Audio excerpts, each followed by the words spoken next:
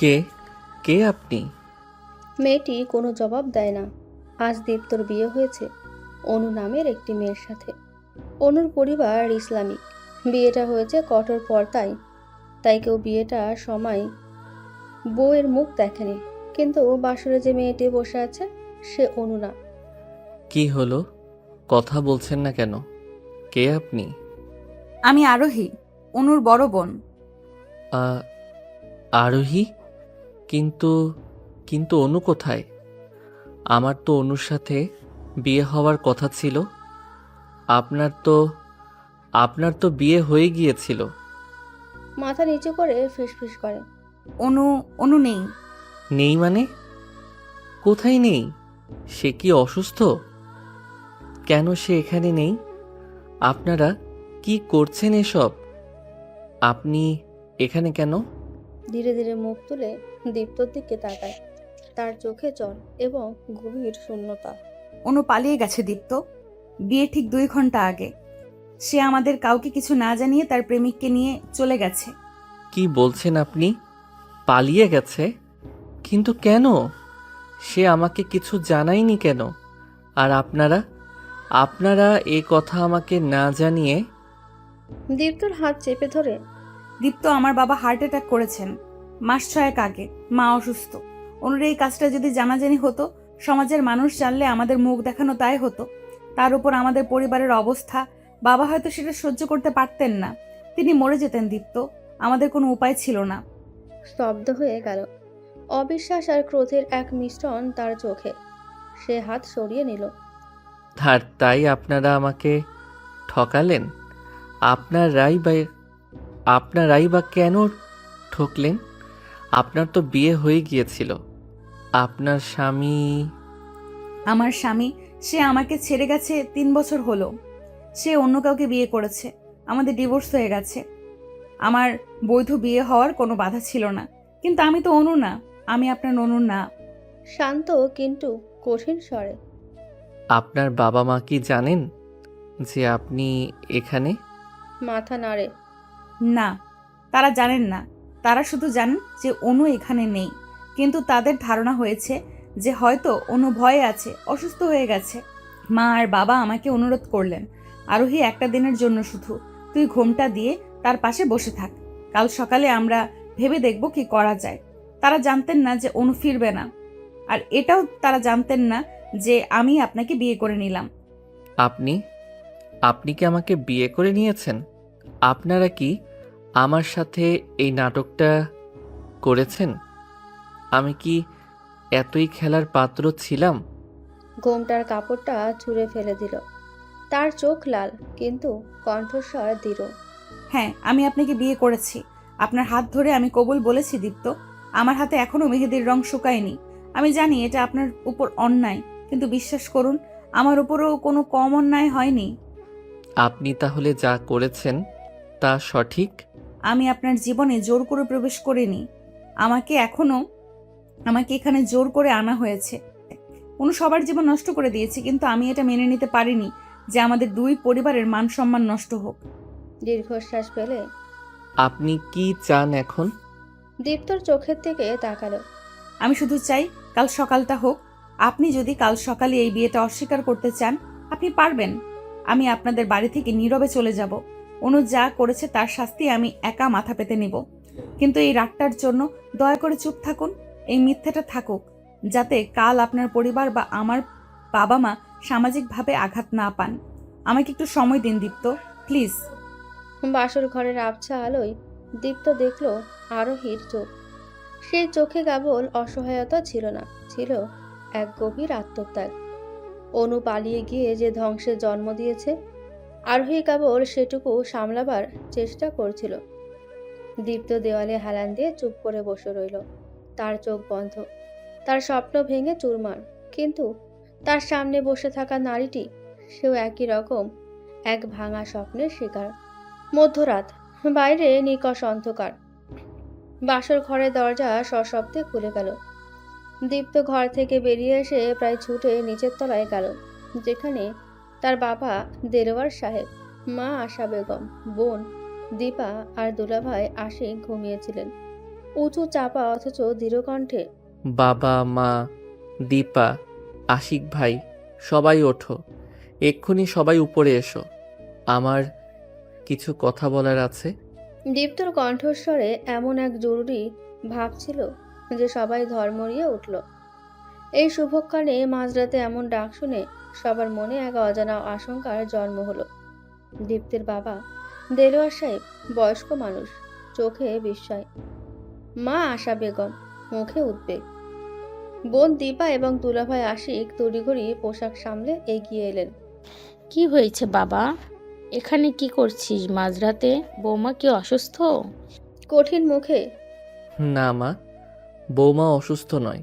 তোমরা সবাই উপরে এসো, আমার ঘরে এসো। সবাই দ্রুত পায়ে দীপ্তের ঘরে এসে প্রবেশ করলো। আরোহী ততক্ষণে বিছানা থেকে উঠে এক পাশে ঘোমটা টেনে চুপ করে দাঁড়িয়ে আছে। ঘরে এক অস্বস্তিকর স্তব্ধতা বিরাজ করছিল, কিছুটা বিরক্তি আর জিজ্ঞাসা নিয়ে। কি হয়েছে দীপ্ত? এভাবে মাঝরাতে ডেকে তুললি কেন? নতুন বউকে নিয়ে এসব কি শুরু করলি? ঘরের দরজা বন্ধ করে দিল। তারপর ধীরে ধীরে আরোহীর দিকে হাত নির্দেশ করে। এই মেয়েটি অনু নয়? ঘরের সবাই যেন পাথরের মতো জমে গেল। আশা বেগম আঁতকে উঠে মুখে হাত দিলেন। দীপা এবং আশিক পরস্পরের দিকে চেয়ে রইল হতবাক দৃষ্টিতে, প্রায় কেঁদে ফেলে। এ কি বলছিস বাবা? কি বলছিস? বইয়ের মুখ তো দেখিনি। মানে মানে কে নি? কষ্টে গলা চেপে এলো তার। ইনি হলেন অনুর বড় বোন আরোহী। দীপ্তের দুলাভাই আশিক বিস্মিত হয়ে। আরোহী? মানে যার যার ডিভোর্স হয়ে গেছিল, কিন্তু কি করে? দৃঢ় কণ্ঠে। কারণ অনু পালিয়ে গেছে। সে তার প্রেমিককে নিয়ে আমাদের বিয়ের ঠিক আগে বাড়ি থেকে চলে গেছে। আর অনুর পরিবার সমাজের ভয়ে, বাবার অসুস্থতার ভয়ে এই সত্য গোপন করার জন্য আরোহীকে আমার সাথে বিয়ে দিয়ে দিয়েছে। হতবিহল হয়ে। ও মা গো, কি সর্বনাশা কাণ্ড! আমাদের সাথে এত বড় প্রতারণা! কপালে হাত দিয়ে বসে পড়লেন দীপ্তর বাবা। তার মুখ ফ্যাকাশে। এ কি শুনছি আমি? এ কেমন অপমান! আমাদের সাথে এমন জঘন্য মিথ্যাচার! আরোহীর দিকে কঠিন চোখে তাকিয়ে দীপ্তর বোন দীপা বলে। আপনি কেন রাজি হলেন? আপনি আমাদের ঠকালেন কেন? আপনার কি একবারও মনে হয়নি যে এটা আমাদের সাথে চরম অন্যায়? মা বাবার দিকে তাকিয়ে। অনু যা করেছে সেটা জঘন্য, কিন্তু আরোহীর দিকে তাকালো। আরোহী আমাকে সব বলেছে। সে আমাদের সম্মান বাঁচাতে, তার বাবা মাকে বাঁচাতে এই বিয়েতে রাজি হয়েছে। সে বলেছে যদি আমরা এই সম্পর্ক না মানি তাহলে কাল সকালেই সে নীরবে চলে যাবে। আরোহী, তুমি ঘুমটা খুলো, আমাদের সামনে এসো। আরোহী কাঁপতে কাঁপতে ঘোমটা সরিয়ে দিল। তার ভেজা চোখ আর ফ্যাকাশে মুখ দেখে আশা বেগমের মনে সামান্য হলেও দয়া হলো, কিন্তু দেলোয়ার সাহেবের চোখে তখন শুধু ক্রোধ। মধ্যরাতের সেই বাসর ঘরে এক অসহনীয় নীরবতা নেমে এলো। দীপ্তির পরিবার ঘর ছেড়ে চলে যাওয়ার পর ঘরে আবার নিস্তব্ধতা ফিরে এলো। তবে এই নীরবতা প্রথম রাতের মতো অস্বস্তিকর নয়, বরং এক ভারী বোঝাপড়া নীরবতা। দীপ্ত দরজার দিকে কিছুক্ষণ তাকিয়ে থাকার পর ঘুরে দাঁড়ালো। আরোহী তখনও ঘরের এক কোণে দেওয়ালে হেলান দিয়ে দাঁড়িয়ে। তার চোখ দুটোতে তখনও জলের দাগ। দীপ্ত ক্লান্ত স্বরে দরজার কাছ থেকে দূরে সরে এসে। আপনি বসুন। না, আমি ঠিক আছি। আমি জানি আপনি এখন রেগে আছেন। আপনি আমাকে যা খুশি বলতে পারেন। হেসে উঠল। সেই হাসিটা ছিল তিক্ত। কি বলবো বলুন তো? যে আমার সাথে প্রতারণা করা হয়েছে সেটা তো এখন শুধু আপনার বিরুদ্ধে অভিযোগ নয়, সেটা একটা করুণ বাস্তবতা। আস্তে করে বলল। আমি জানি দীপ্ত, আমি জানি।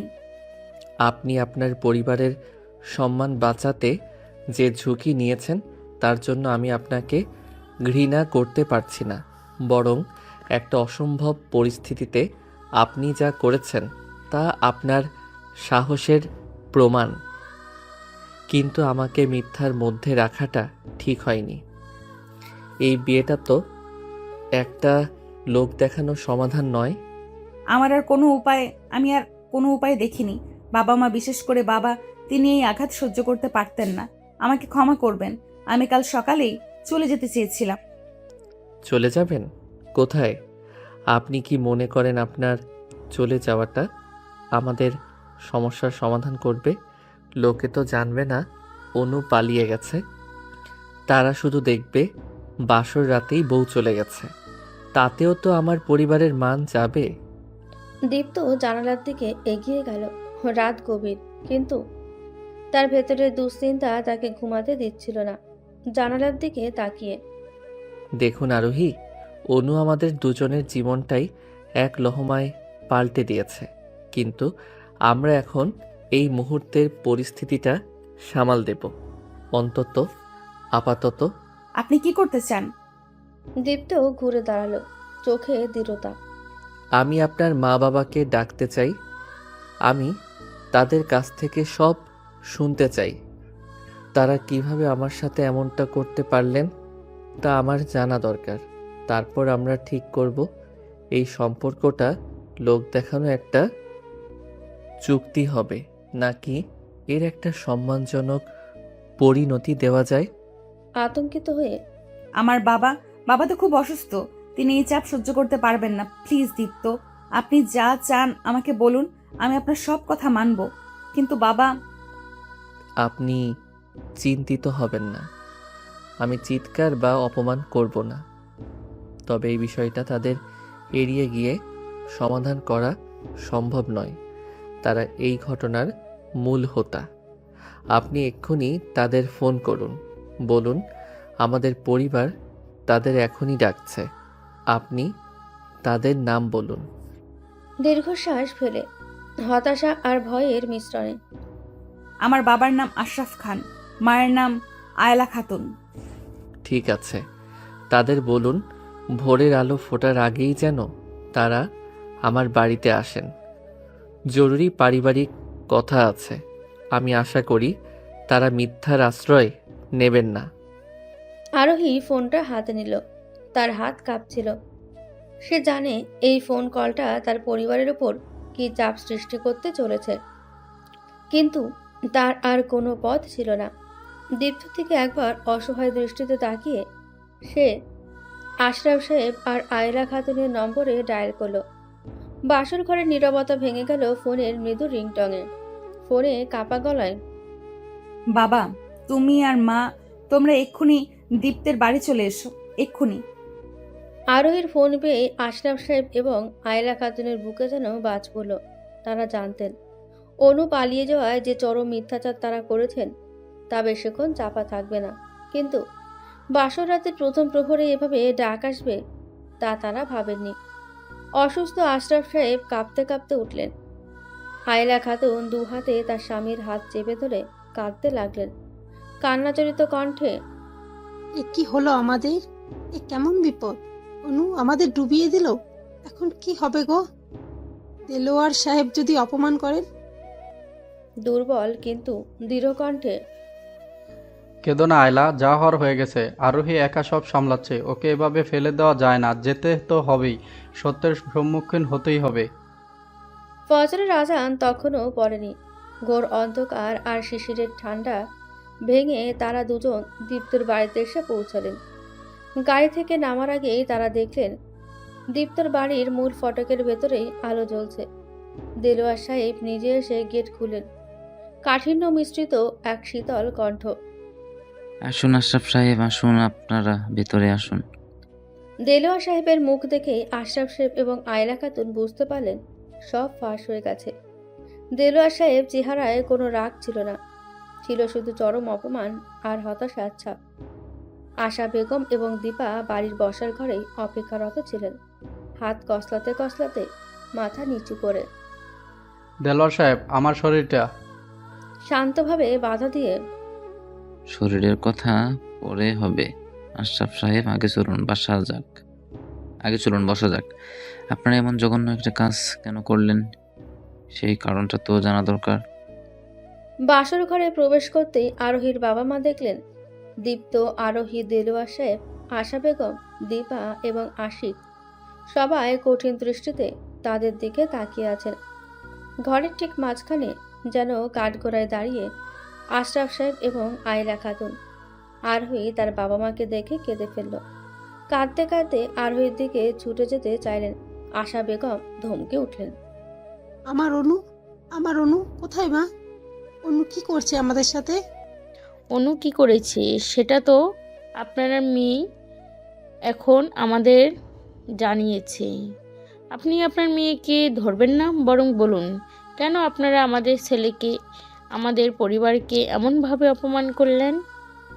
দীপ্ত দিকে তাকালেন, তার চোখ কৃতজ্ঞতা আর অপরাধবোধে ভরা। দীপ্ত, বাবা, আমি তোমার কাছে হাত জোর করে ক্ষমা চাইছি। আমার মেয়ে অনু যে আমাদের বংশের নাম ডুবিয়ে দিল, আমি সমাজের চোখে মুখ দেখাতে পারছিলাম না, আর আমার শরীর। টেবিলে হাত রেখে দৃঢ়ভাবে। সামাজিকতার ভয় আপনাদের এক রাতে দূর হয়ে যেতে আশরাফ সাহেব যত মিথ্যা দিয়ে যে সম্পর্ক তৈরি করলেন তা আমাদের সারা জীবন সম্পর্ক। আপনারা এটা কিভাবে পারলেন? কেন আপনারা আমাদের ছেলে দীপ্তির জীবন নষ্ট করতে চাইলেন? বসার ঘরে তখন চরম উত্তেজনা। এক পাশে অপমানিত দীপ্তর পরিবার, অন্য পাশে অপরাধী আরোহীর পরিবার। আর এই দুজনের মাঝখানে বসে আছে দীপ্ত, যার চোখে তখন কোনো ক্ষোভ নয়, বরং ছিল ভবিষ্যতের জন্য এক কঠিন সিদ্ধান্ত নেওয়ার প্রস্তুতি। দেলোয়ার সাহেব এবং আশরাফ সাহেব দুই পরিবারের প্রধানের মাঝখানে চাপা উত্তেজনা চলছিল। আশরাফ সাহেব তখন কাঁপতে কাঁপতে মেঝেতে বসে পড়ার মতো অবস্থা, মাথা নিচু করে করুণ স্বরে। দেলার সাহেব, আমি জানি আমার কোনো যুক্তি খাটে না। আমার মেয়ে আমাদের মুখ ছোট করেছে, কিন্তু বিয়েটা তো হয়ে গেছে। আরোহী আমার বড় মেয়ে, সে অনু নয়, কিন্তু সে তো আপনার পুত্রবধূ। এখন যদি আপনারা ওকে না মানেন, সমাজ তো বলবে এই পরিবারটি বিয়ে ভেঙে দিয়েছে। আপনারা কি চান বলুন? আপনারা যা বলবেন আমরা তাই মানব। দীর্ঘশ্বাস ফেলে চোখ বন্ধ করলেন। আশা বেগমের মুখের দিকে তাকালেন। আশা বেগমের চোখে তখন রাগ কিছুটা কমে গিয়ে এক অসহায়ত্বের ছাপ। কি চাইবো আশরাফ সাহেব? আপনারা তো চাওয়ার আর কিছু রাখেননি। আমার ছেলে যা পাওয়ার কথা ছিল তা পায়নি, কিন্তু দীপ্তর দিকে তাকালেন। বিয়েটা তো হয়ে গেছে। আইনগত এবং সামাজিকতাও এখন আরোহী আমাদের বাড়ির বউ। আমিও এক কথার সাথে একমত। আমার ছেলের সাথে যা হয়েছে তা মেনে নেওয়ার মতো নয়, কিন্তু আমার ছেলের ভবিষ্যৎ, তার সম্মান, সব কিছুই এখন এই বিয়ের সাথে জড়িয়ে আছে। আমরা যদি এখন এই সম্পর্ককে অস্বীকার করি, তাহলে মানুষের কাছে আমরা হাসির পাত্র হব। মানুষ বলবে আমাদের ছেলের ভাগ্য খারাপ। কিছুটা অপ্রস্তুত হয়ে, কিন্তু বাবা, মা, ভাইয়া কি রাজি হবে? এবার দীপ্ত কথা বলল। সে টেবিল থেকে উঠে দাঁড়ালো। তার কণ্ঠস্বর শান্ত কিন্তু অত্যন্ত কঠিন। আমি রাজি। দীপ্তর এই কথায় ঘরের সবাই যেন স্তম্ভিত হয়ে গেল।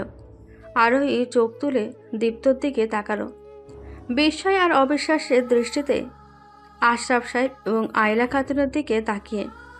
আপনারা আমার সাথে যা করেছেন তা জঘন্যতম অপরাধ, কিন্তু আমার কাছে এখন আমার পরিবারের সম্মান এবং আরোহীর সম্মান দুটোই গুরুত্বপূর্ণ।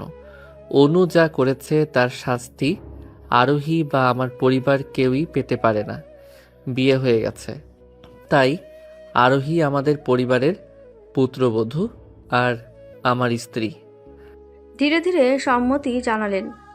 ঠিক বলেছিস বাবা, এটা এখন আমাদের ভাগ্য, আমাদের পরিস্থিতি মেনে নিতে হবে। আশরাফ সাহেব, আপনাদের মেয়ে অনু আমাদের সাথে বিশ্বাসঘাতকতা করেছে, কিন্তু আরোহী এখান থেকে আমাদের বাড়ির মেয়ে। আনন্দে প্রায় কেঁদে উঠলেন। আপনারা এত বড় বর্ণের মানুষ, আমি কি বলে আপনাদের ধন্যবাদ জানাবো? আরোহী, তুমি গিয়ে তোমার শ্বশুর শাশুড়িকে সালাম করো। আশা বেগমকে জড়িয়ে ধরে কেঁদে উঠলেন। বিয়ান, আপনার ঋণ আমরা কোনোদিন শোধ করতে পারবো না। আপনারা আমার মেয়েকে আশ্রয় দিলেন। আরোহী তখনও স্তব্ধ হয়ে দাঁড়িয়ে। তার চোখে আনন্দ নয়, ছিল এক গভীর শূন্যতা।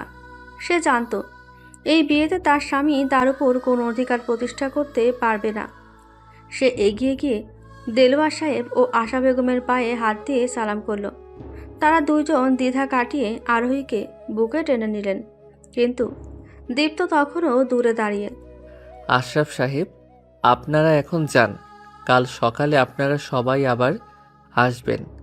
আরোহী যেন কোনো অভাব বোধ না করে, সেই দায়িত্ব এখন থেকে আমাদের।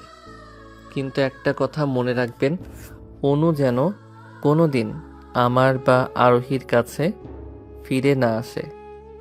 ভোরের আলো তখন ফুটতে শুরু করেছে।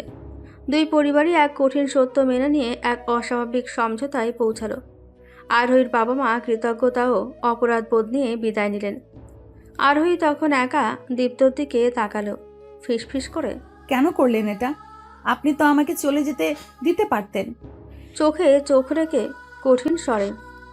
আমি আপনাকে আশ্রয় দিলাম আরোহী, কিন্তু ভুলে যাবেন না আপনি আমার স্ত্রী নন।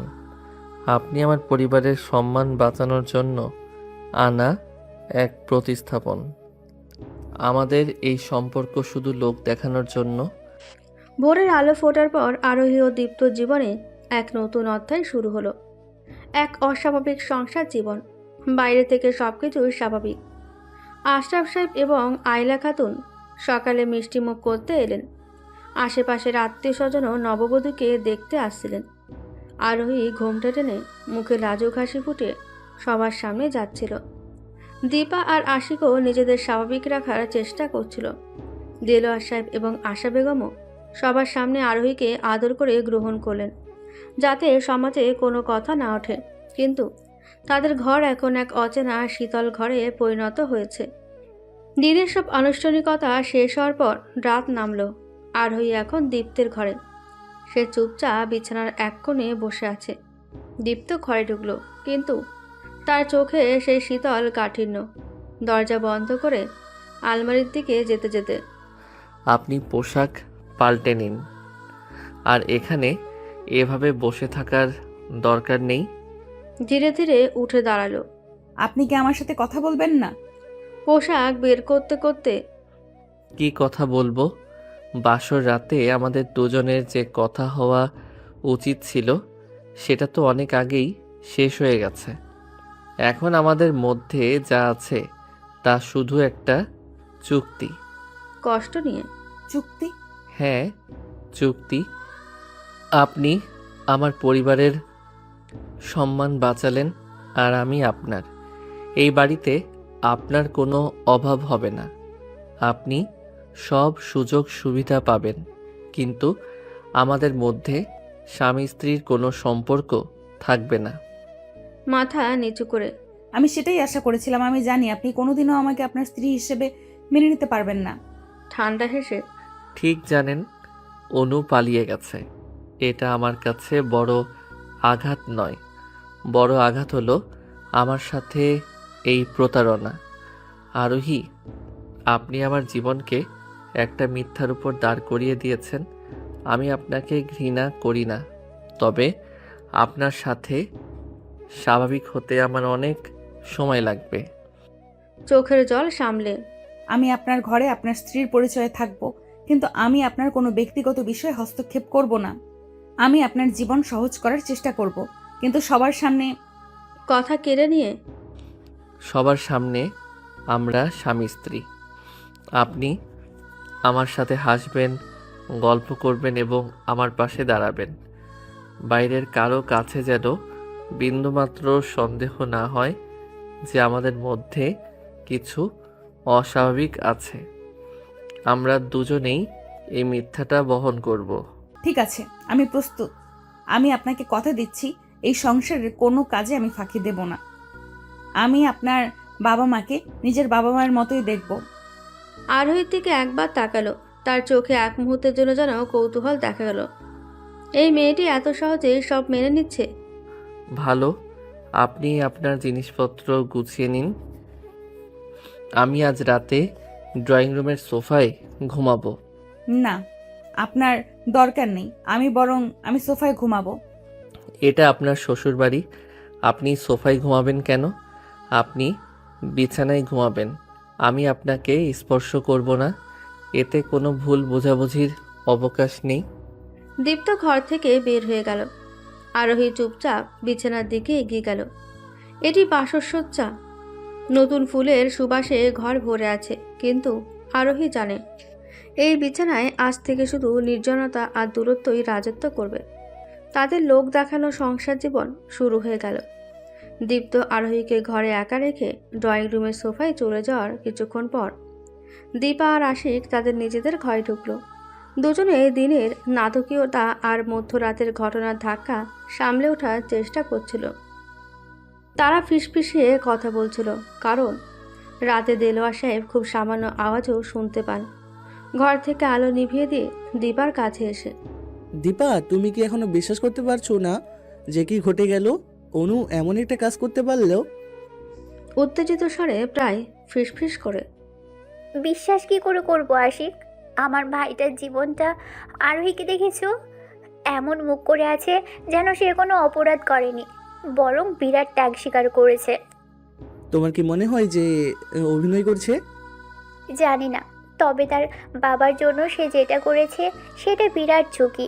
কিন্তু আমার সবচেয়ে অবাক লাগছে, ভাইয়া কেন রাজি হলো? কেন সে এমন একটা মিথ্যা মেনে নিল? বিছানায় বসে দীপার হাত ধরে, দীপ্ত খুব বুদ্ধিমান ছেলে। ও জানে এই মুহূর্তে বিয়েটা ভাঙলে সমাজের কাছে আমরাই ছোট হব। আরোহীর বাবার অসুস্থতার কথা যখন সবাই শুনবে, তখন লোকে উল্টা আমাদেরই খারাপ বলবে। দীপ্ত নিজের পরিবারের সম্মান বাঁচাতে আরোহীকে আশ্রয় দিয়েছে, এটা ওর উদারতা। উদারতা নাকি বোকামি সেটাই বলছি না। তাদের মধ্যে তো কোনো সম্পর্কই থাকবে না। ভাইয়া আমাকে বলেছে তারা শুধু লোক দেখানো স্বামী স্ত্রী। এটা কি একটা সমাধান হলো? সারা জীবন একটা মিথ্যার বোঝা টানতে হবে? দীর্ঘশ্বাস ফেলে, দীপা, এটা একটা ট্র্যাজেডি। অনুসবাইকে একটা অসম্ভব পরিস্থিতিতে ফেলে দিয়েছে। দীপ্ত এখন সাময়িকভাবে পরিস্থিতি সামাল দিচ্ছে। হয়তো সে মনে করেছে সময়ের সাথে সব ঠিক হয়ে যাবে। তাছাড়া আরোহী তো খারাপ মেয়ে নয়। তার ডিভোর্স হয়েছে ঠিক, কিন্তু সে তো একটা ভালো পরিবারের মেয়ে। জানি, কিন্তু মনটা মানতে পারছে না। সব কেমন যেন গোলমাল হয়ে গেল। আরোহী তো ভাইয়ার স্বপ্নে দেখা বউ নয়। আর এখন আরোহীকে মেনে নেওয়ার অর্থ অনু যে ভুল করেছে তার শাস্তি আমাদের সবাইকে ভোগ করতে হবে। আমাদের এখন একটা কাজ করাই উচিত, দীপ্তকে মানসিক সাপোর্ট দেওয়া। আরোহী কেমন ব্যবহার করে সেটাও আমাদের দেখতে হবে।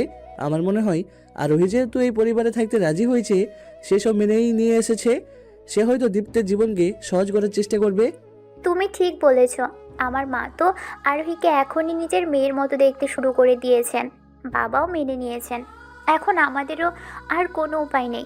শুধু প্রার্থনা করি তাদের দুজনের জীবনে যেন ভবিষ্যতে কোনো জটিলতা না আসে। আসবে না কেন? যখন অনু ফিরে আসতে চাইবে বা দীপ্ত অন্য কারো প্রেমে পড়বে, তখনই জটিলতা আসবে। কিন্তু আপাতত চলো ঘুমানোর চেষ্টা করি। কাল থেকে আমাদেরকেও আরোহীর প্রতি স্বাভাবিক থাকতে হবে। মনে রাখতে হবে সে এখন এই বাড়ির বড় বউ। আশিক আলতো করে দীপার কপালে চুম্বন করলো। বাইরের অন্ধকার ভেদ করে তখন চাঁদের আলো জানলা দিয়ে ঘরের মেঝেতে এসে পড়েছে। সেই মৃদু আলোয় দুজন চুপচাপ শুয়ে পড়ল। তাদের মনে তখনও একরাশ প্রশ্ন আর ভবিষ্যৎ নিয়ে একরাশ চাপা দুশ্চিন্তা। আরোহী এবং দীপ্তর মধ্যে যে লোক দেখানোর সম্পর্ক শুরু হয়েছে, তাতে তাদের বয়সের পার্থক্য আরও একটি অলিখিত দেওয়াল হয়ে দাঁড়িয়েছে। দীপ্তর বয়স 27 আর আরোহী তার থেকে প্রায় 4 বছরের বড়, 31 বছর বয়সী। আরোহী যেহেতু বিবাহিত জীবন দেখেছে এবং ডিভোর্সের অভিজ্ঞতা তার আছে, তাই তার মধ্যে এক ধরনের পরিপক্কতা বা সংসার জ্ঞান ছিল, যা দীপ্তকে আরও বেশি অস্বস্তিতে ফেলে দিচ্ছিল। সকালে নাস্তার টেবিলে দীপ্ত দেখল আরোহী খুব স্বাভাবিকভাবেই আশা বেগমকে সাহায্য করছে, সবার জন্য চা বানাচ্ছে। তার আচরণে কোনো দ্বিধা বা জড়তা নেই, বরং তার স্বাভাবিক পরিপক্কতা দীপ্তের মনে আরও বেশি দূরত্ব সৃষ্টি করছিল। নাস্তার পর দীপ্ত যখন অফিসের জন্য তৈরি হচ্ছিল, আরোহী তার জন্য পোশাক এগিয়ে দিতে এলো। হাতে ইস্ত্রি করা শার্ট এগিয়ে দিয়ে, আপনার শার্ট দেখুন ঠিক আছে কিনা। আমি দেখেছিলাম আজ আপনার একটা মিটিং আছে, তাই নীল শার্টটা দিলাম। শার্ট নিতে নিতে একটু থেমে ইতস্তত করে, ধন্যবাদ। আপনি এত সব জানেন কি করে? সামান্য হেসে, আমি আপনার অফিসের ফাইলগুলো দেখছিলাম। আমার আগেও অফিস সামলানোর অভিজ্ঞতা ছিল, তাই। কথা শেষ না করে থেমে গেল কঠিন স্বরে। আপনি আমার ব্যক্তিগত কোনো কাগজপত্রে হাত দেবেন না আরোহী। আস্তে করে। দুঃখিত, আমি শুধু সাহায্য করতে চেয়েছিলাম। আর আমি তো আপনার থেকে 4 বছরের বড়। স্বাভাবিকভাবেই আমার একটু বেশি অভিজ্ঞতা আছে। এটা নিয়ে আপনার অস্বস্তি হচ্ছে, তাই না? চোখ সরিয়ে নিল। অস্বস্তি নয়, আমি শুধু চাই আপনি আমার ব্যক্তিগত জীবনে হস্তক্ষেপ না করুন। আপনি আমার স্ত্রী নন। আমি জানি, আর আমি আপনার বড় বোনও নই যে আপনাকে পরামর্শ দেবে। কিন্তু আমার বয়স, আমার অভিজ্ঞতা আপনাকে যদি বিব্রত করে, আমি চেষ্টা করব সেটা লুকিয়ে রাখতে। লুকিয়ে রাখার দরকার নেই। যা সত্যি তা সত্যি। আপনি আমার থেকে 4 বছরের বড়। আপনার বিবাহ এবং ডিভোর্সের অভিজ্ঞতা আছে, আমার কিছুই নেই। এই পার্থক্যটা আমাদের মাঝে থাকবেই। এটাই আমাদের সম্পর্কের আরেকটা অলিখিত দেয়াল। এই সময়ে আশা বেগম ঘরে ঢুকলেন। তিনি দেখলেন দীপ্ত তৈরি হচ্ছে। আরোহী তার পাশে দাঁড়িয়ে হাসি মুখে। কি রে, তোদের এত কি কথা হচ্ছে? দীপ্ত, তুই আরোহীকে সাথে নিয়ে যা না কেন? বউকে আজ প্রথম দিনে অফিসে দেখাতে নিয়ে যাবি না? না মা, আমার আজ অনেক কাজ। আরোহী বরং তোমার সাথে থাকুক। স্বাভাবিক হওয়ার চেষ্টা করে। হ্যাঁ মা, আমি আজ বরং আপনার সাথে থাকি। বাড়িটা ভালোভাবে গুছিয়ে নিতে হবে। দীপ্তকে উদ্দেশ্য করে। শোন, তোর যেন আবার বইয়ের বয়সের কথা মনে না পড়ে। এই যুগে 4 বছর কোনো ব্যাপারই না। আর তোর মা হিসাবে বলছি, অভিজ্ঞতা খারাপ নয়। অভিজ্ঞ মানুষ সংসারটাকে আরও ভালোভাবে সামলায়। যা, আর দেরি করিস না। আশা বেগমের কথায় দীপ্তের রাগ আরও বাড়ল। সে এক প্রকার ক্ষোভ নিয়ে ঘর থেকে বেরিয়ে গেল। তার মনে হলো তার পরিবারও যেন এই বয়সের পার্থক্যটাকে বারবার স্বাভাবিক করার চেষ্টা করছে, যা তার কাছে আরও বেশি চাপ সৃষ্টি করছিল। আরোহী তখন শুধু মুচকি হাসল। সে জানত এই যুদ্ধে তার বড় পরিচয়টাই দীপ্তর জন্য এক বড় চ্যালেঞ্জ। মনে মনে আমাকে এই সংসারটা সামলাতেই হবে। দীপ্ত আমাকে সম্মান না দিক, অন্তত যেন বিশ্বাস করে। আরোহী তার পরিপক্কতা আর আগের সংসারের অভিজ্ঞতা কাজে লাগিয়ে দ্রুতই দীপ্তের বাড়িতে নিজের জায়গা তৈরি করে নিচ্ছিল। সে কেবল আশা বেগমকে কাজে সাহায্য করছিল না, বরং বাড়ির ছোটোখাটো সমস্যাগুলো দ্রুত সমাধান করে ফেলছিল। বাড়ির পরিবেশ আগের চেয়েও গোছানো হয়ে উঠেছিল। কিন্তু আশা বেগমের মনে এক গভীর দ্বন্দ্ব ছিল। একদিকে পুত্রবধূর দক্ষতা, অন্যদিকে লোক চিন্তার ভয় এবং অপছন্দের চাপা আবেগ। দিন দুয়েক পর দুপুরে আশা বেগম এবং দিলওয়ার সাহেব ড্রয়িং রুমে বসে চা খাচ্ছিলেন। আরোহী তখন ওপরে নিজের ঘরে ছিল, বিরক্ত মুখে দেলোয়ার সাহেবের দিকে তাকিয়ে। দেখলেন তো মেয়েটা কেমন ঝটপট সব কাজ সামলে নিয়েছে। আমার রান্নাঘরে আরোহী না এলে আমার হাত পা চলতো না, সব গুছিয়ে দিয়েছে। খবরের কাগজ পড়তে পড়তে। তাতে কি হলো, কাজ ভালো করেছে, এটাই তো আসল। আর তোমার তো কাজ কমছে। দীর্ঘশ্বাস ফেলে। কাজ কমেছে ঠিকই, কিন্তু মনটা শান্তি পাচ্ছে না। এটা তো অনু নয়, আমি মনের মতো করে বৌমা বেছে নিছিলাম। সেই মেয়েটা কিনা পালিয়ে গেল। আর এখন এই মেয়ে আমার দীপ্তর থেকে 4 বছরের বড়, ডিভোর্সি। কাগজ নামিয়ে রেখে। আশা, তুমি কি বলতে চাও? আমরা কি এখন ওকে বের করে দেব? যা হওয়ার হয়ে গেছে। আরোহী খুব ভালো মেয়ে, তার অভিজ্ঞতা আছে, তাই তো সংসারটা ভালো সামলাচ্ছে। দীপ্তিও তো মেনে নিয়েছে। তুমি আর এটা নিয়ে খুঁত করো না। দীপ্ত কি মেনে নিয়েছে? তারা তো স্বামী স্ত্রী হিসাবে এক ঘরে থাকে না। দীপ্তর কপালে এমন হলো, আমার মন মানে না। দেলোয়ার, আমি কোনোদিন অনুকে ভুলতে পারবো না। আরোই হাজার ভালো কাজ করলেও আমার মনে সেই মেয়ে যে আমার দীপ্তর জীবনে জোর করে ঢুকেছেন। বিকেলে আশা বেগম পাড়ার কিছু কাকিমার সাথে ছাদে হেঁটে গল্প করছিলেন। নতুন বইয়ের প্রসঙ্গ উঠতেই কাকিমাদের ফিসফিসানি শুরু হলো। নতুন বউ নাকি খুবই লক্ষ্মী, সব কাজ নাকি একা হাতে সামলাচ্ছে, কত গোছানো। মুখ টিপে হেসে। গোছানো তো হবেই গো, বাপের বাড়িতে তো এক সংসার সামলে এসেছে, অভিজ্ঞতা তো আছেই। লজ্জা আর রাগে লাল হয়ে কি বলছিস রে তোরা? আস্তে করে ফিসফিস করে আর বলিস না, আমরা তো সব শুনেছি। তোর ভাসুরের মেয়ে বলেছিল বৌমা নাকি দীপ্তর থেকে 4 বছরের বড়, আর আগে নাকি তার বিয়েও হয়েছিল। শুনেছিলাম তার নাকি ছাড়াছাড়ি হয়ে গেছে। এইসব বাজে কথা বলবি না, এইসব মিথ্যা রটনা। মেয়েদের নামে বদনাম রটাচ্ছিস কেন? আহারে, শুধু শুধু রটনা কেন হবে? যা হওয়ার হয়ে গেছে।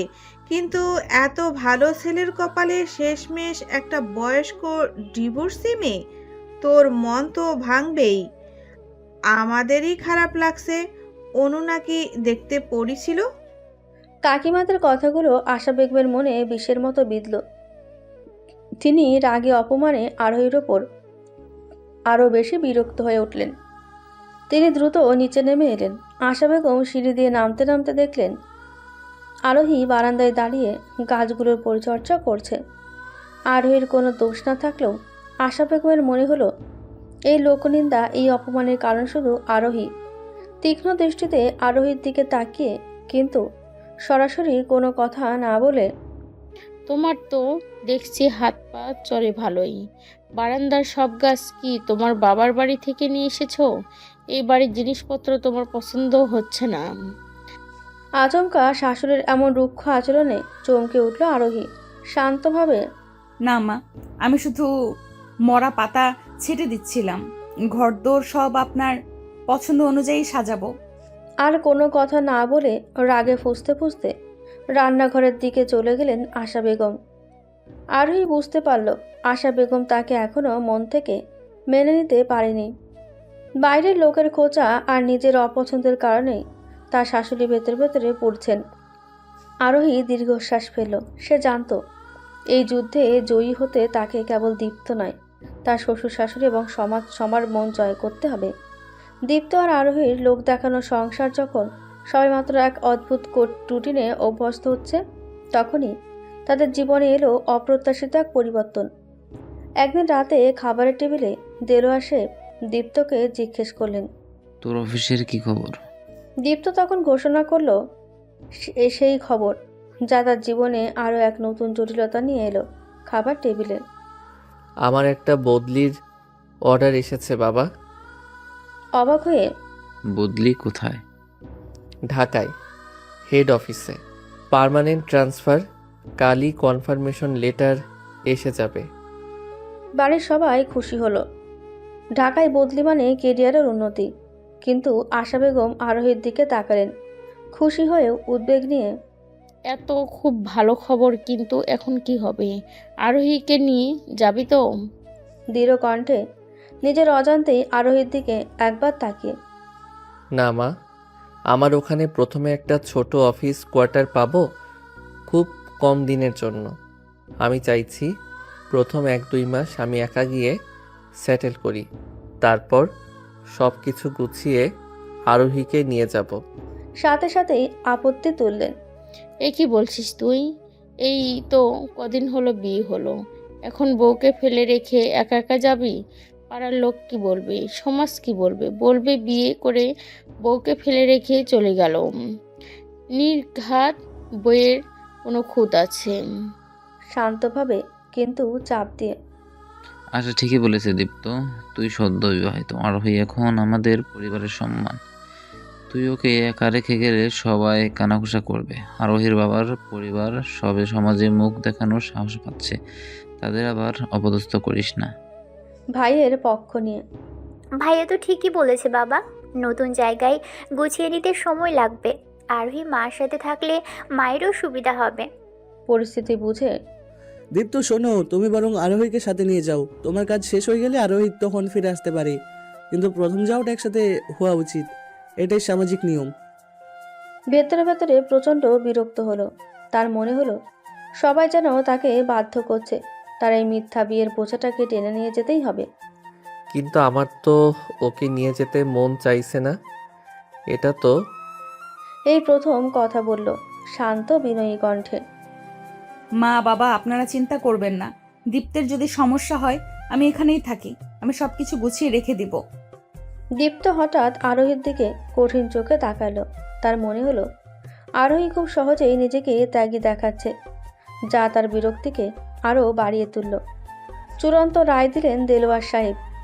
না আরোহী, তুই এখানেই থাকবি না। দীপ্ত তোকে আরোহীর সাথে নিতেই হবে। নতুন জীবন, নতুন শহর, দুজন একসাথে শুরু করবো। আর কোনো কথা নয়, আমরা তোর জন্য সব গুছিয়ে দিচ্ছি। দীপ্ত মাথা নিচু করে রইল। সে জানতো এই মুহূর্তে বাবার কথার উপরে কথা বলা সম্ভব নয়। সে মনে মনে আরও বেশি করে আরোহীর প্রতি বিতৃষ্ণ হলো। তার মনে হলো আরোহী যেন এক অদৃশ্য শিকল, যা তাকে তার ইচ্ছামতো জীবন কাটাতে দিচ্ছে না। লাগেজ গোছানোর সময় আরোহী দীপ্তর ঘরে এলো। দীপ্ত তখন নিজের জিনিসপত্র সরাচ্ছিল। আস্তে করে, আমি জানি আপনি চান না আমি আপনার সাথে যাই। আমি খুব দুঃখিত দীপ্ত, কিন্তু আমি এখন কি করব বলুন? আমি যদি না যাই তাহলে আপনার বাবা মার সম্মান নষ্ট হবে। আচমকা রেগে গেল। সম্মান? আপনারা সম্মান কি বোঝেন? আপনারা তো আমার জীবনটাই মিথ্যার উপর দাঁড় করিয়ে দিয়েছেন। রক্ষা করব, বিশ্বাস করুন। আমি ঢাকা গিয়ে আপনার পথে আসব না। আমি আপনার কাছে আপনার স্ত্রী হিসেবে কোনো অধিকার চাইব না। দীপ্ত আর কোনো কথাই বলল না। সে নিজের রাগ চেপে ধরে ব্যাগ গোছাতে শুরু করলো। পরদিন সকালে আরোহী দীপ্তের হাত ধরে ঢাকার উদ্দেশ্যে রওনা হলো। আরোহী বাইরে থেকে হাসলেও ভেতরে ভেতরে সে জানত সে এক অজানা শহরে যাচ্ছে, যেখানে তার স্বামী তার সবচেয়ে বড় অপরিচিত। দীপ্ত এবং আরোহী ঢাকায় এসে পৌঁছালো। অফিস থেকে পাওয়া ছোট কোয়ার্টারে তাদের নতুন এবং সম্পূর্ণ লোক দেখানোর সংসার জীবন শুরু হলো। এই নতুন শহরে, যেখানে পুরনো কোনো প্রতিবেশী বা কাকিমার চোখ ছিল না, সেখানে দীপ্ত আরোহীর থেকে কিছুটা দূরত্ব বজায় রাখতে পারবে বলে আশা করেছিল, কিন্তু বাস্তবটা হলো ভিন্ন। প্রথম কয়েকদিনই দীপ্ত টের পেল আরোহী কেবল গোছানো নয়, সে পরিস্থিতিকে দ্রুত নিজের নিয়ন্ত্রণে আনতে পারে। দীপ্তের ছোট অফিস কোয়ার্টারে আসবাবপত্র কম, পরিবেশ অচেনা, কিন্তু আরোহী খুব কম সময়ের মধ্যেই ঘরটাকে বাসযোগ্য করে তুলল। দীপ্ত সকালে উঠে দেখল তার অফিস কোয়ার্টারের একঘেয়ে রান্নাঘরটা পরিচ্ছন্ন গোছানো। আরোহী নিজেই বাজারে গিয়ে স্থানীয়দের সাথে কথা বলে প্রয়োজনীয় সব জিনিসপত্র কম দামে কিনে এনেছে। দীপ্তের অফিসের রুটিন সে মুখস্থ করে নিয়েছে। সময় মতো তার নাস্তা তৈরি, টিফিন গোছানো এবং শার্ট ইস্ত্রি করা থাকতো। এক সকালে দীপ্ত দেখল তার ল্যাপটপের চার্জার খুঁজে পাচ্ছে না। অস্থির হয়ে খুঁজতে গিয়ে দেখল আরোহী সেটা তার ব্যাগের একটি নির্দিষ্ট পকেটে গুছিয়ে রেখে দিয়েছে। অবাক হয়ে, এটা এখানে রাখলেন কেন? হাসি মুখে আরোহী বলে, আপনি তাড়াহুড়ো করলে জিনিস ভুলে যান, তাই জরুরি জিনিসগুলো গুছিয়ে রাখছিলাম। দীপ্ত আরোহীর এই পরিপক্কতায় প্রথমে বিরক্ত হলো। ধীরে ধীরে সেই নীরব সেবা ও যত্নে অভ্যস্ত হতে শুরু করলো। আরোহীর উপস্থিতি তার জীবনকে অবিশ্বাস্যভাবে সহজ করে তুলেছিল। 2 মাস খানেকের মধ্যে দীপ্ত উপলব্ধি করলো আরোহীর অনুপস্থিতি তার জীবনকে কতটা বিশৃঙ্খল করে দিতে পারে। একদিন আরোহী আশিক আর দীপার সাথে ফোনে কথা বলছিল। দীপ্ত সেই সময় নিজের হাতে কফি বানাতে গেল। কফি মেশিনে গরম পানি ঢালতে গিয়ে অসাবধানে নিজের হাত পুড়িয়ে ফেলল। দ্রুত ফোন রেখে ছুটে এলো।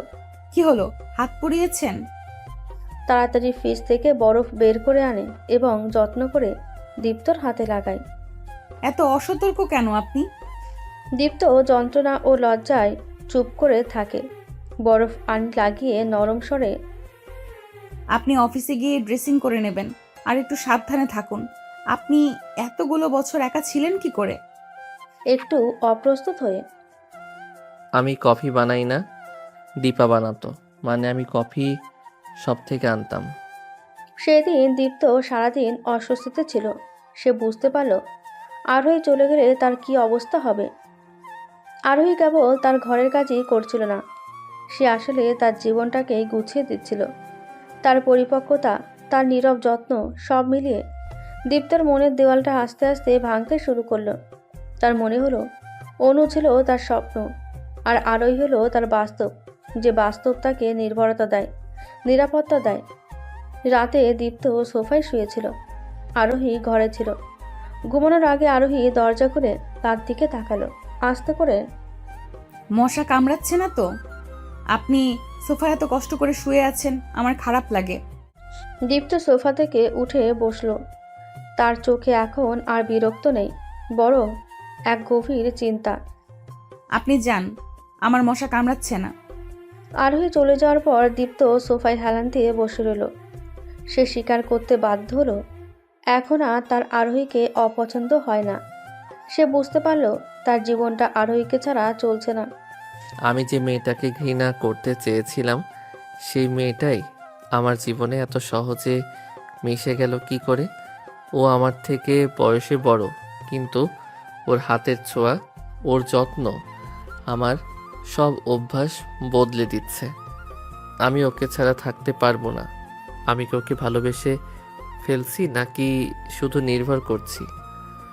যাই হোক, এই লোক দেখানো সম্পর্কটা আরোহীর সাথে আমার আর ভালো লাগছে না। দীপ্ত উঠে দাঁড়ালো। সে সিদ্ধান্ত নিল এই নীরবতা, এই দূরত্ব ভাঙতে হবে। সে আরোহীর ঘরের দিকে এগিয়ে গেল, কিন্তু কিছু বলতে চেয়েও পারল না। মনে মনে আরোহীকে স্ত্রী হিসেবে মেনে নেওয়ার পর দীপ্তের মনে শান্তি ফিরে এসেছিল। পরের দিন সকালে দীপ্ত অফিস থেকে ছুটি নিয়ে আরোহীর সাথে ঢাকার নতুন সংসার গোছানোর পরিকল্পনা করছিল। তারা দুজনে একসাথে বাজার করার জন্য বাসা থেকে বের হলো। হঠাৎ রাস্তার মোড়ে দীপ্ত থমকে দাঁড়ালো, বিস্মিত কণ্ঠে। অনু? দীপ্ত দেখলো রাস্তার উল্টো দিকে একটি মেয়ে, যাকে সে মৃতপ্রায় ভেবেছিল। সে দাঁড়িয়ে আছে।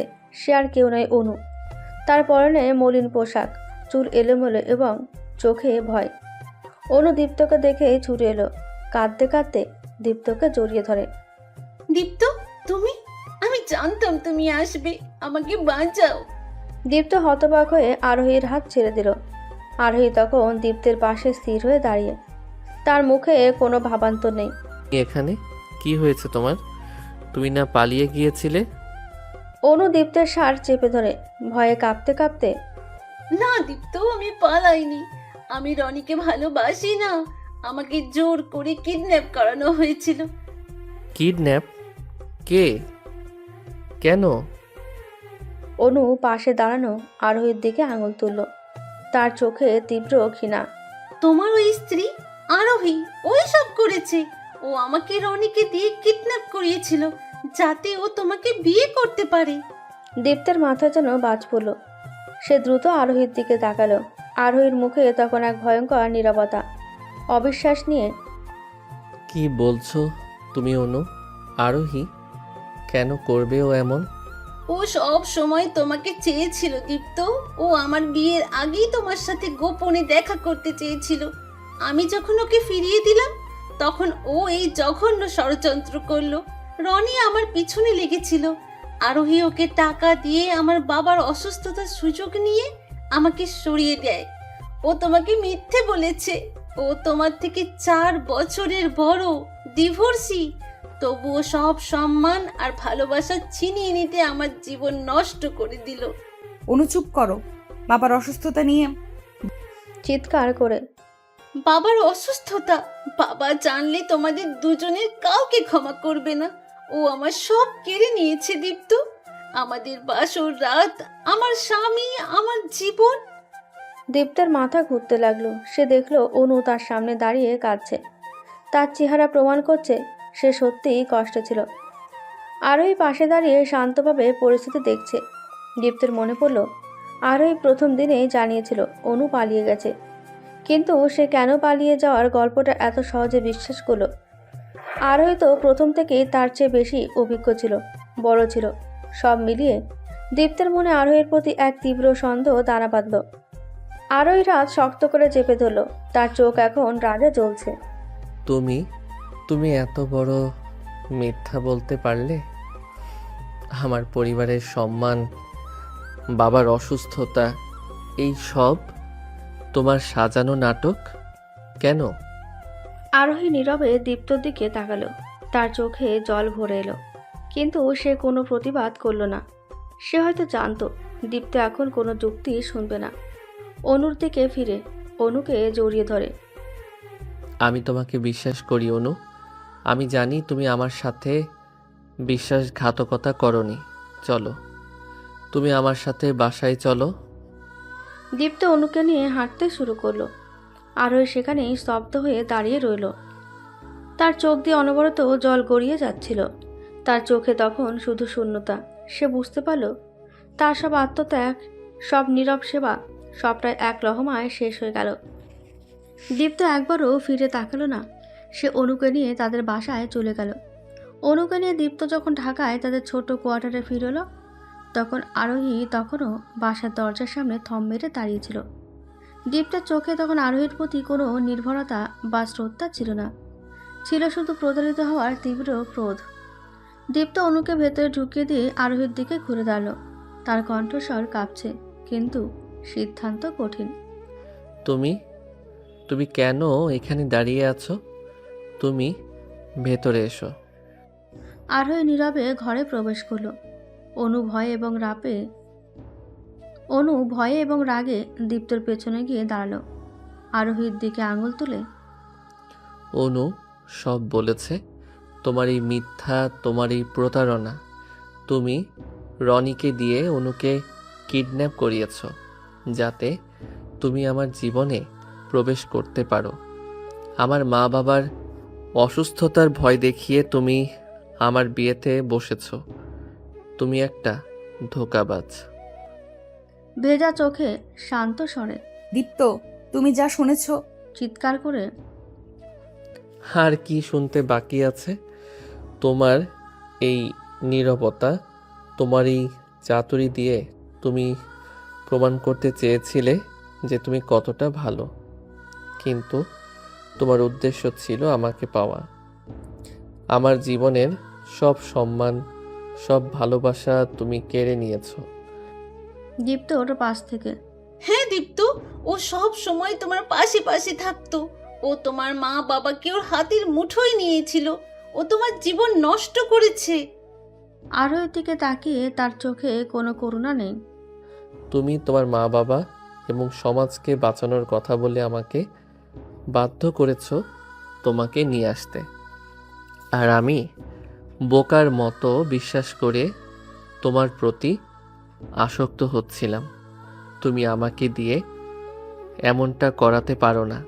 আমি তোমাকে আসক্ত করিনি দীপ্ত। আমি শুধু আমার কর্তব্য পালন করেছি। আমি কোনোদিন অনুকে কিডন্যাপ করাইনি। রনি একটা খারাপ ছেলে, সে অনুকে ভুল বুঝিয়েছিল। হাত তুলে থামিয়ে দিল। যথেষ্ট হয়েছে। তোমার কোনো কথা আমি বিশ্বাস করি না। তোমার মুখের প্রতিটা কথাই মিথ্যা। অনু আমার পাশে আছে, আমি অনুকে বিশ্বাস করি। আর তুমি? দীপ্ত দ্রুত আরোহীর লাগেজগুলো খুঁজে বের করলো এবং ট্রেনে দরজার কাছে নিয়ে এলো। তোমার আর এক মুহূর্ত এখানে থাকার দরকার নেই। যে মিথ্যা দিয়ে তুমি এই সংসার শুরু করেছিলে, সেই মিথ্যা আজ ভেঙে গেছে। তুমি আমার স্ত্রী নও, তুমি একজন প্রতারক। এখনই এখান থেকে বের হও।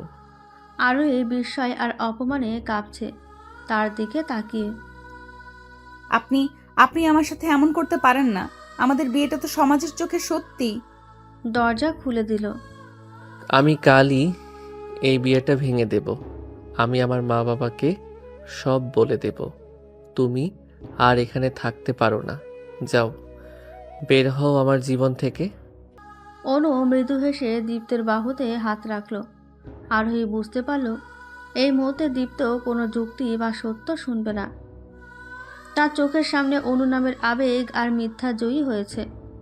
আরোহী কোনো প্রতিবাদ না করে কাঁদতে কাঁদতে নিজের লাগেজ টেনে সেই রাতেই ঢাকায় কোয়ার্টার থেকে বেরিয়ে গেল।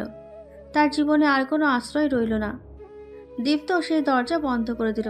বাইরে তখন অন্ধকার, রাত গভীর। দীপ্তের বাসা থেকে অপমানিত হয়ে বেরিয়ে আসার পর আরোহী ঢাকা শহরের অচেনা রাস্তায় একা দাঁড়িয়ে, হাতে তার লাগেজ, চোখে কান্নার জল, আর হৃদয়ে দীপ্তের নির্মম প্রত্যাখ্যানের যন্ত্রণা। সে কোথায় যাবে জানে না। তার বাবা মা নিশ্চয়ই তাকে ফিরিয়ে নেবেন না, কারণ তাদের কাছে সে ব্যর্থ। আরোহী একটা নীরব অন্ধকার গলি ধরে হেঁটে যাচ্ছিল, যেখানে ল্যাম্পপোস্টের আলো খুব কম। তার একমাত্র চিন্তা কিভাবে এই রাতটা পার করা যায়। ঠিক তখনই একটা মোটরসাইকেল এসে তার সামনে থামলো। বাইকে ছিল দুজন যুবক। এই সুন্দরী, এত রাতে একা কোথায় যাচ্ছ? এইদিকে আর একটু এলে কিন্তু আর বের হতে পারবে না। আরোহী ভয়ে কেঁপে উঠল। লাগেজ শক্ত করে ধরে দ্রুত হাঁটতে চাইল। আপনারা আমার পথ ছাড়ুন। যুবকটি হাসতে হাসতে রাগ করছো কেন? আমরা তো শুধু একটু সঙ্গ দিতে চাইছি। তোমার হাতে এত মালপত্র কেন? চলো, আমাদের সাথে চলো। যুবক দুজন আরোহীর দিকে এগিয়ে এলো। আরোহী চিৎকার করতে পারল না, কারণ তার গলা শুকিয়ে গেছিল। সে যখন নিজেকে বিপন্ন অবস্থায় দেখল, ঠিক তখনই অন্ধকার গলির মোড় থেকে দ্রুতগতিতে একটি লোক ছুটে এলো। এই কি হচ্ছে এসব? হাত সরা ওকে। লোকটি এসে যুবকের ওপর ঝাঁপিয়ে পড়ল। দুজনের মধ্যে ধস্তাধস্তি শুরু হলো। লোকটা যথেষ্ট শক্তিশালী ছিল।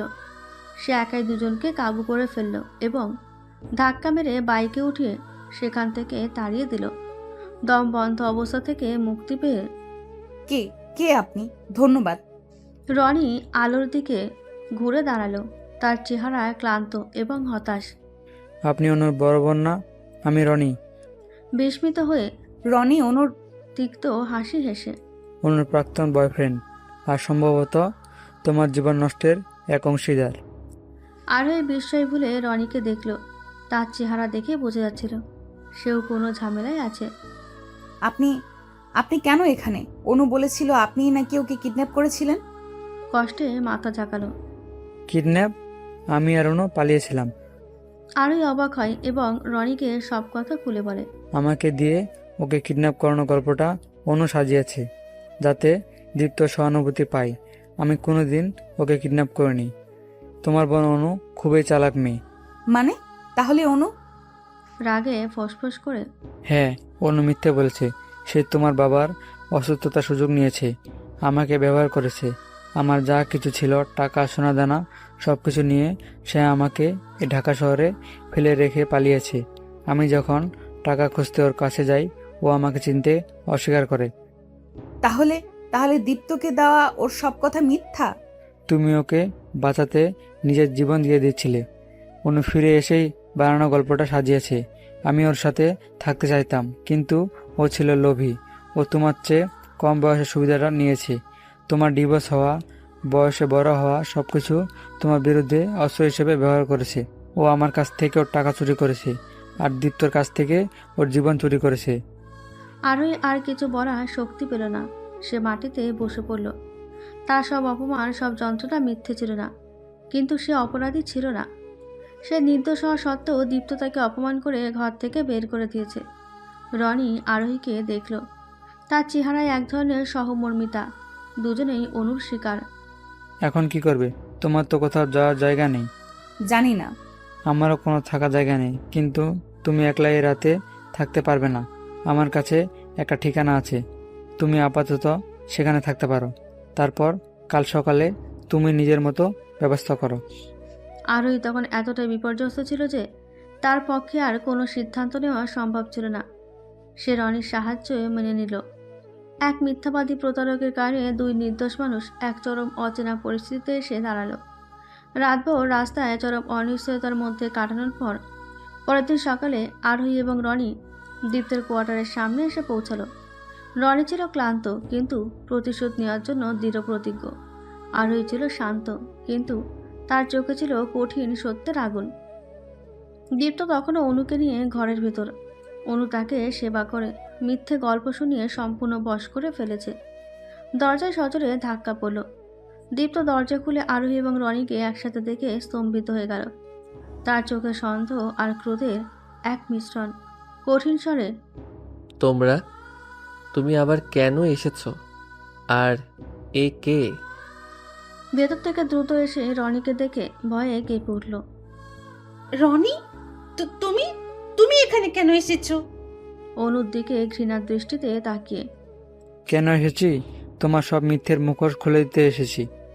আরোহীর দিকে আঙুল তুলে অনু বলেছে তুমি এই রনিকে দিয়ে তাকে কিডন্যাপ করিয়েছিলে। কিডন্যাপ? আমি আর অন্য পালিয়েছিলাম দীপ্ত, প্রেম করে। তোমার টাকা বা তোমার জীবন আমার দরকার ছিল না, কিন্তু অনু আমাকে ব্যবহার করেছে। আমার বিশ্বাস, আমার টাকা সব কিছু কেড়ে নিয়ে সে পালিয়েছে। তোমার সহানুভূতি পাওয়ার জন্য সে কিডন্যাপের নাটক সাজিয়েছে। এই হলো প্রমাণ। ও আমার সব টাকা নিয়ে ভেগেছে। আতঙ্কিত হয়ে, না দীপ্ত, ও মিথ্যে বলছে। ও আমাকে জোর করেছিল। আরোহী এবার কথা বলল। তার কণ্ঠস্বর শান্ত অথচ অসম্ভব দৃঢ়। দীপ্ত অনু সত্যি কথা বলছে না। আমি কোনো ষড়যন্ত্র করিনি। তোমার বাবা মা অসুস্থ, এই ভয়টা সত্যি ছিল।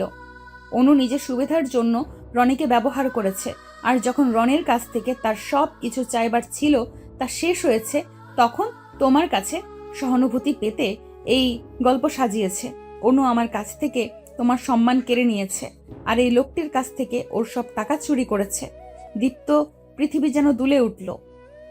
অনুর চোখের ভয়, রনির তীব্র ক্রোধ, আরোহীর শান্ত প্রতিবাদ, সব মিলিয়ে দীপ্ত বুঝতে পারল সে আবার চরম ভুল করেছে। অনু তাকে এমনভাবে প্রতারিত করেছে যা আরোহী কল্পনাও করেনি। অনুর সেই মলিন পোশাক, সেই কান্না, সবই ছিল অভিনয়। মাথা চেপে ধরল। তার চোখ এখন অনুর দিকে, যেখানে কোনো ভালোবাসা নেই, আছে শুধু ঘৃণা। তুমি আমার সাথে এমন করতে পারলে? তুমি রনির টাকা চুরি করেছো?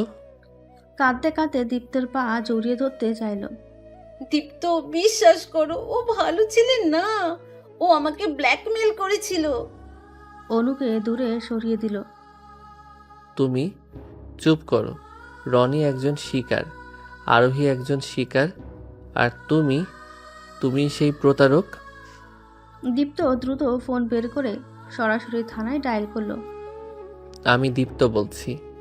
আমার বাসায় একজন প্রতারক আছে। সে কিডন্যাপের মিথ্যা অভিযোগ এনে আমার স্ত্রীকে ঘর থেকে বের করে দিয়েছে। শুধু তাই নয়, সে এই লোকটির কাছ থেকে মোটা অঙ্কের টাকা চুরি করেছে। আপনারা দ্রুত আসুন। অনু কাঁদতে শুরু করলো, কিন্তু দীপ্তের মনে তখন অনুর প্রতি কোনো করুণা ছিল না। কিছুক্ষণের মধ্যেই পুলিশ এসে পৌঁছালো। কি হয়েছে এখানে?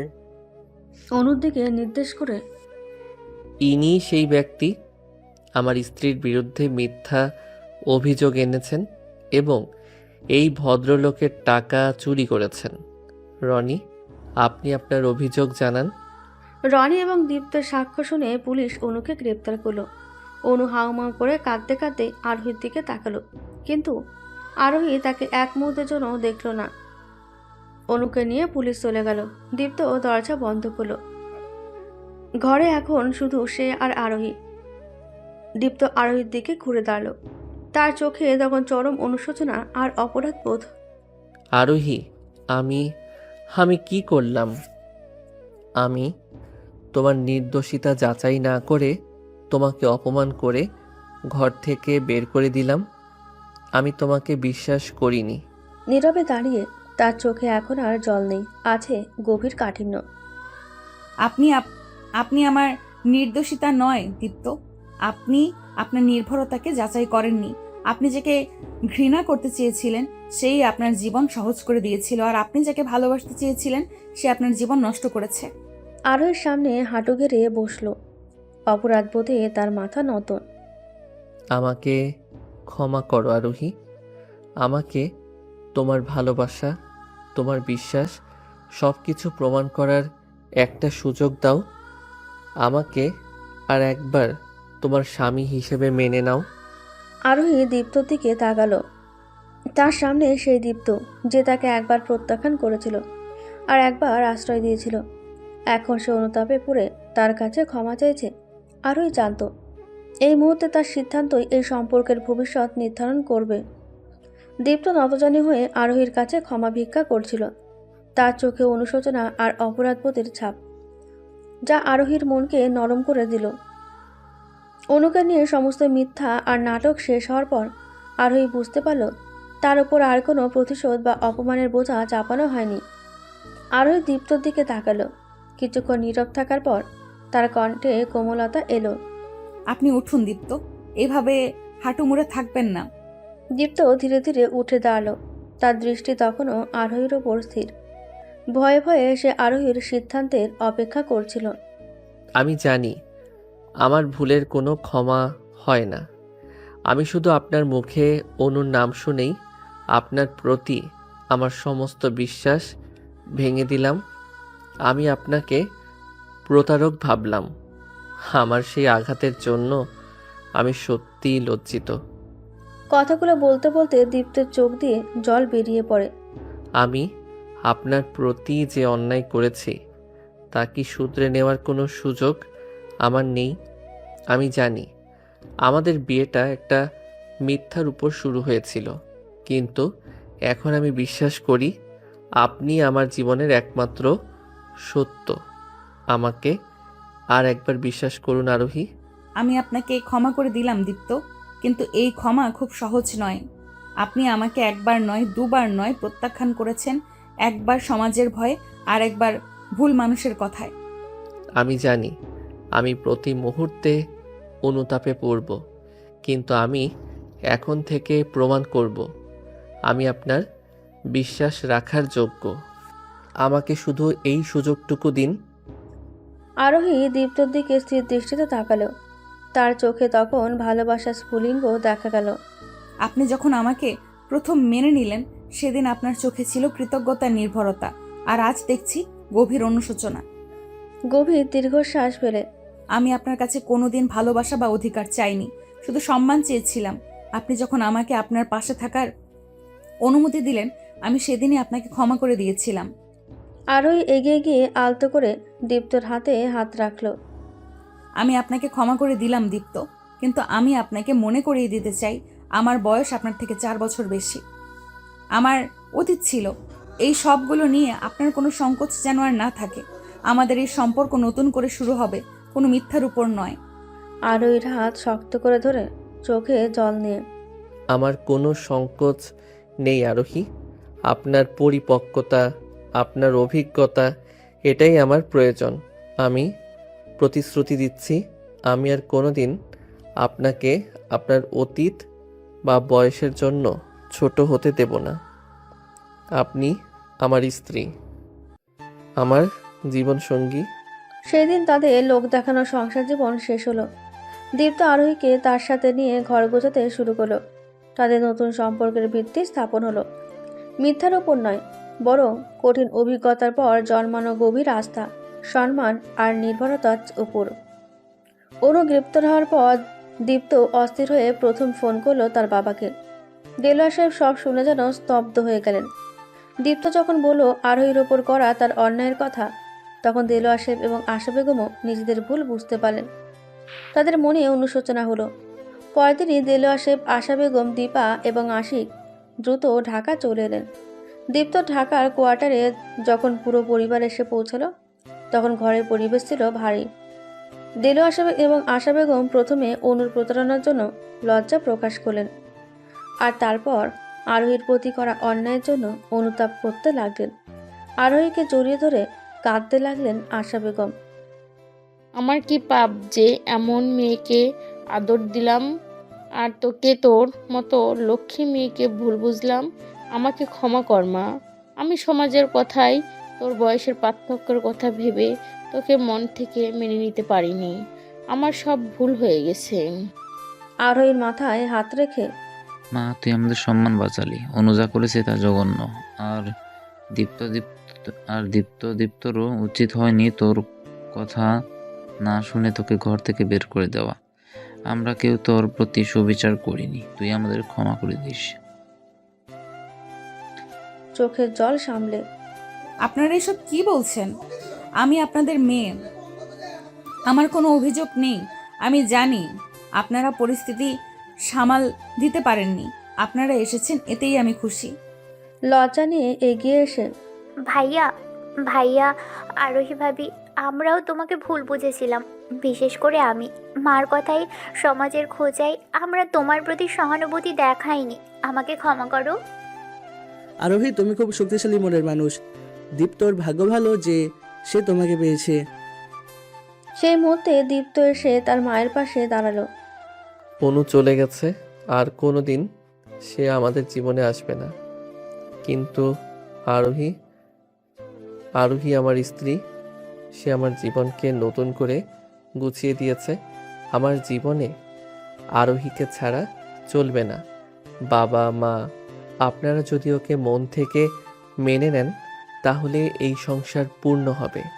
দীপ্তর হাত ধরে তোর আর বলতে হবে না বাবা, অনু যা করেছে, তারপর আরোহী আমাদের একমাত্র ভরসা। আজ থেকে তুই আমাদের বড় বৌমা। আমরা তোকে আশীর্বাদ করছি, তোরা সুখে থাক। তোর সব অভিজ্ঞতা, তোর সব গুণ, সব কিছুই নিয়ে তুই আমাদের পরিবারের গর্ব। হ্যাঁ আরোহী, এই বিষয়টা হয়তো ভুল দিয়ে শুরু হয়েছিল, কিন্তু এখন এটি আমাদের পরিবারের সবচেয়ে বড় আশীর্বাদ। আমরা তো বয়স, তোর অতীত কোনো কিছুই নিয়ে আর কোনো কথা বলবো না। আমরা তোকে মন থেকে মেনে নিয়েছি। এরপর দেলোয়ার সাহেব এবং আশা বেগম আরোহীকে আশীর্বাদ করলেন। দীপা এবং আশিকও আরোহীকে আপন করে নিল। তাদের ঢাকার সেই ছোট্ট কোয়ার্টারে তখন বইছিল এক অন্যরকম ভালোবাসার বাতাস। আরোহীর প্রতি আর কারো মনে কোনো সংকোচ, কোনো অপছন্দ বা কোনো খোঁচা রইল না।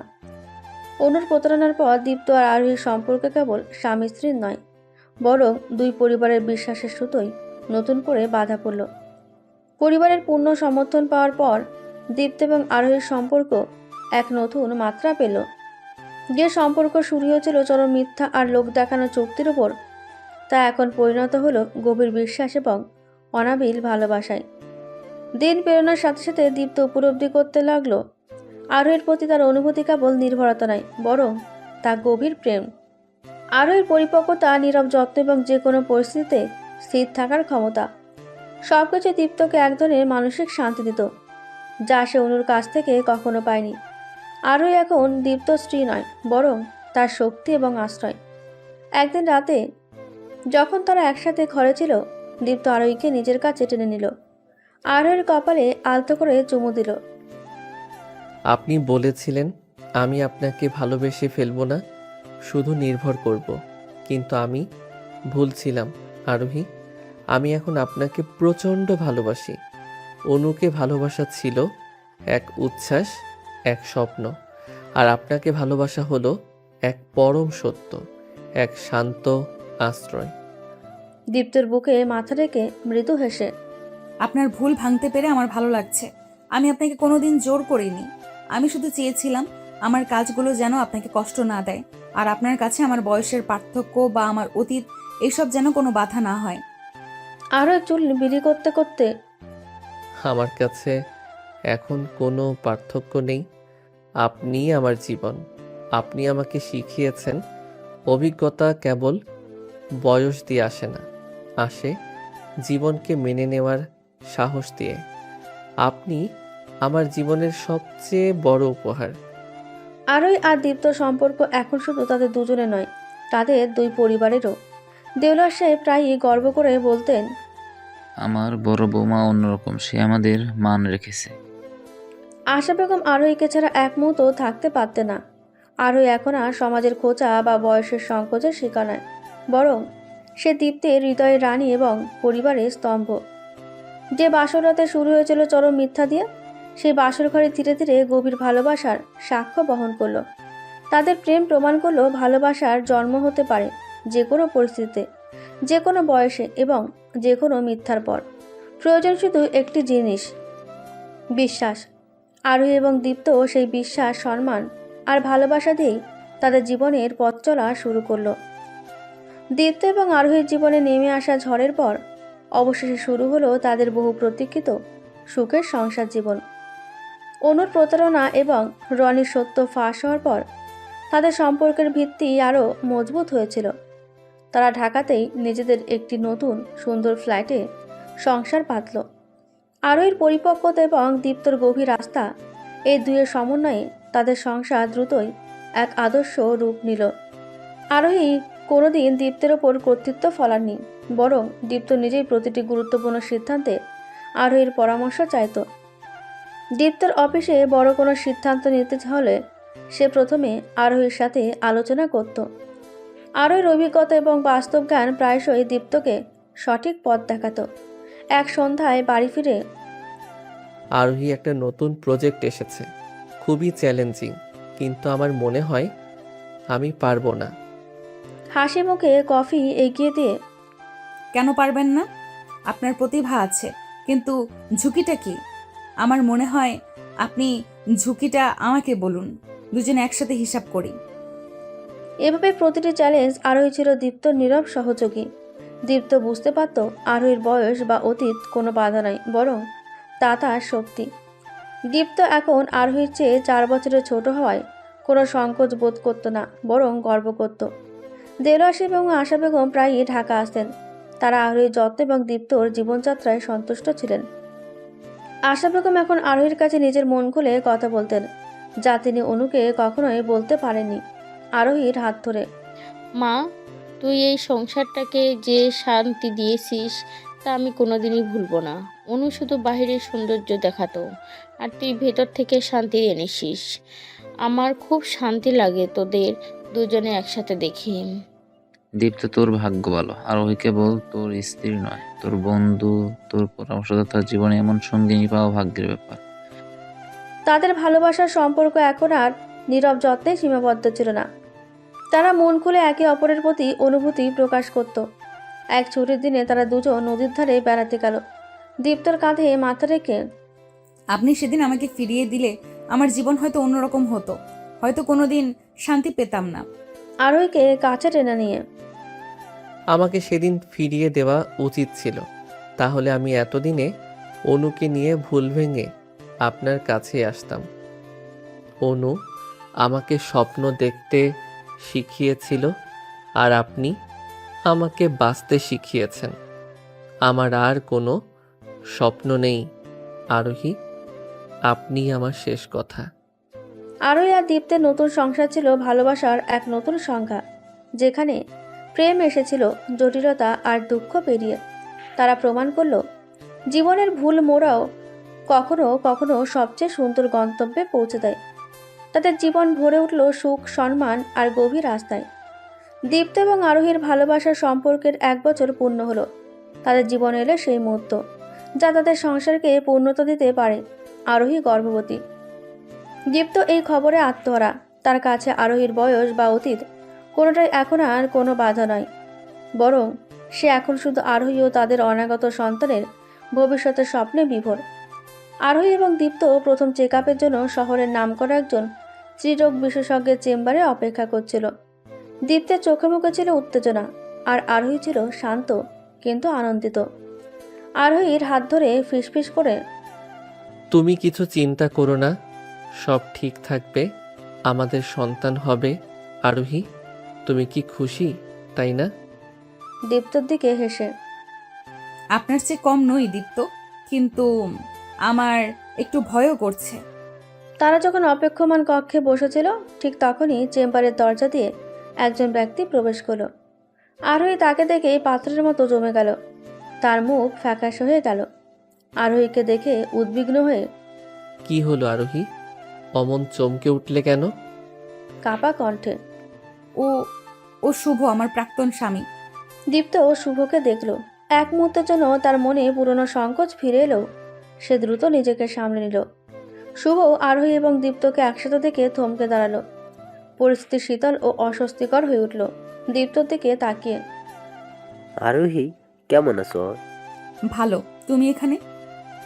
মাথা নিচু করে দ্বিধা নিয়ে, হ্যাঁ, আমি ডাক্তারের সাথে দেখা করতে এসেছি। শুভ অন্য একটি চেয়ারে বসতে গেল, কিন্তু আরোহী তাকে যেতে দিল না। তার মনে তার প্রথম বিবাহ বিচ্ছেদের কারণ নিয়ে এক তীব্র প্রশ্ন জেগে উঠল।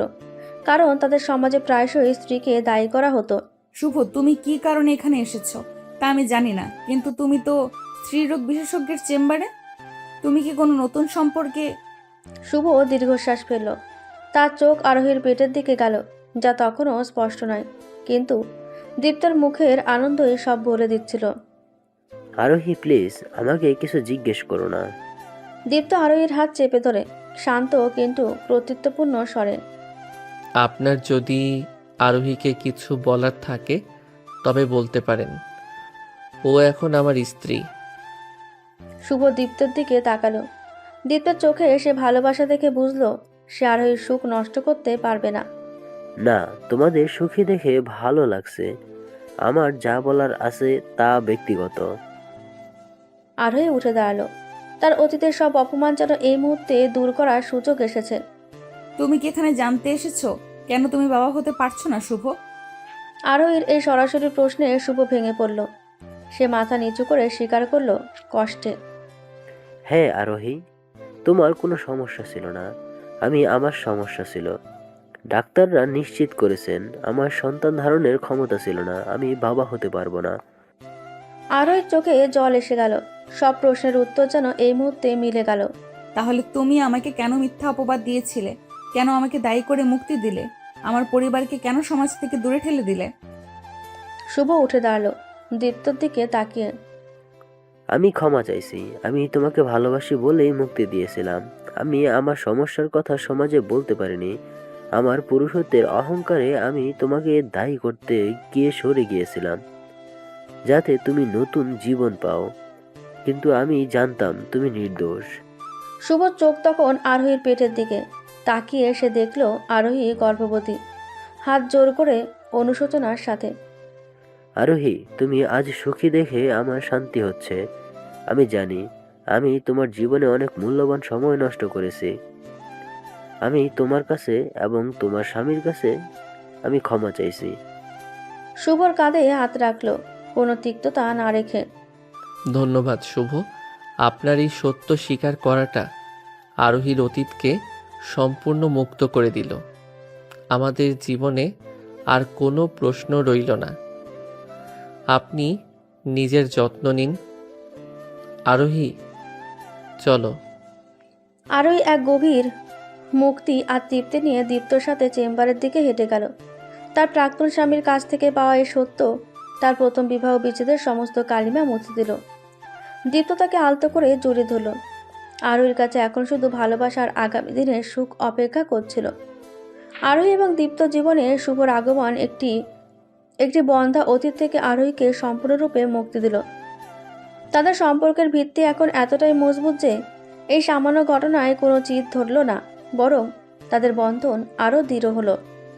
এরপর কেটে গেল কয়েকটি মাস, যত্নের মাস, অপেক্ষার মাস। দিন গুনতে গুনতে সেই সময় এলো।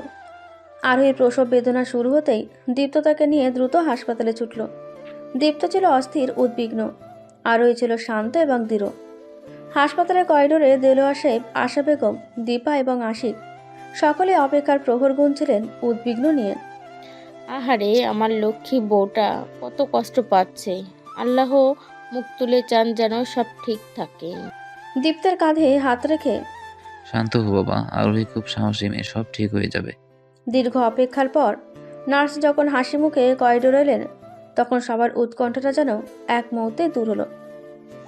আপনাদের পরিবারের লক্ষ্মী এসেছে, ফুটফুটে এক কন্যার সন্তান হয়েছে। মা আর মেয়ে দুজনেই সুস্থ আছেন। দীপ্তের চোখ জলে ভরে গেল। সে নিজের অনুভূতি ভাষায় প্রকাশ করতে পারছিল না। সে দ্রুত আরোহীর কাছে গেল, ক্লান্ত আরোহীর হাত ধরে। আরোহী, তুমি আমাদের জীবন পূর্ণ করে দিয়েছ। ক্লান্ত হেসে। আমাদের মেয়ে দেখুন ঠিক আপনার মতো। দীপ্ত নবজাতক কন্যাকে দেখল, ছোট্ট সুন্দর এক মুখ। যে সম্পর্ক শুরু হয়েছিল মিথ্যা প্রতারণা আর লোকনিন্দার মধ্যে, সে সম্পর্ক আজ এই নিষ্পাপ শিশুর মাধ্যমে সত্যিকারের পূর্ণতা পেল। এই শিশু তাদের প্রেমের ফসল, তাদের সংগ্রামের শেষ এবং মধুরতম ফল। শিশুটিকে প্রথম যখন আশা বেগম কোলে নিলেন, তার চোখে তখন আনন্দাশ্রু। নাতনিকে আদর করে, আমার লক্ষ্মী, আমার ঘরে এত সুখ এনে দিলি। আরোহী মা, তুই সত্যি আমাদের পরিবারকে বাঁচালি। এইসব আমাদের পরিবারের নতুন শুরু। এদের বাবা মা দুজনেই কঠিন পরিস্থিতি মোকাবেলা করেছে। নাম হোক মুক্তি। আবেগময় কণ্ঠে। না বাবা, এর নাম হবে আস্থা, যে বিশ্বাস আর ভরসার উপর আমাদের সম্পর্ক টিকেছে। হাসি মুখে। আমাদের মেয়ে দীপ্তি, দীপ্তির প্রথম সন্তানের নাম হবে আলোময় দীপ্তি। সবাই এই নাম মেনে নিল।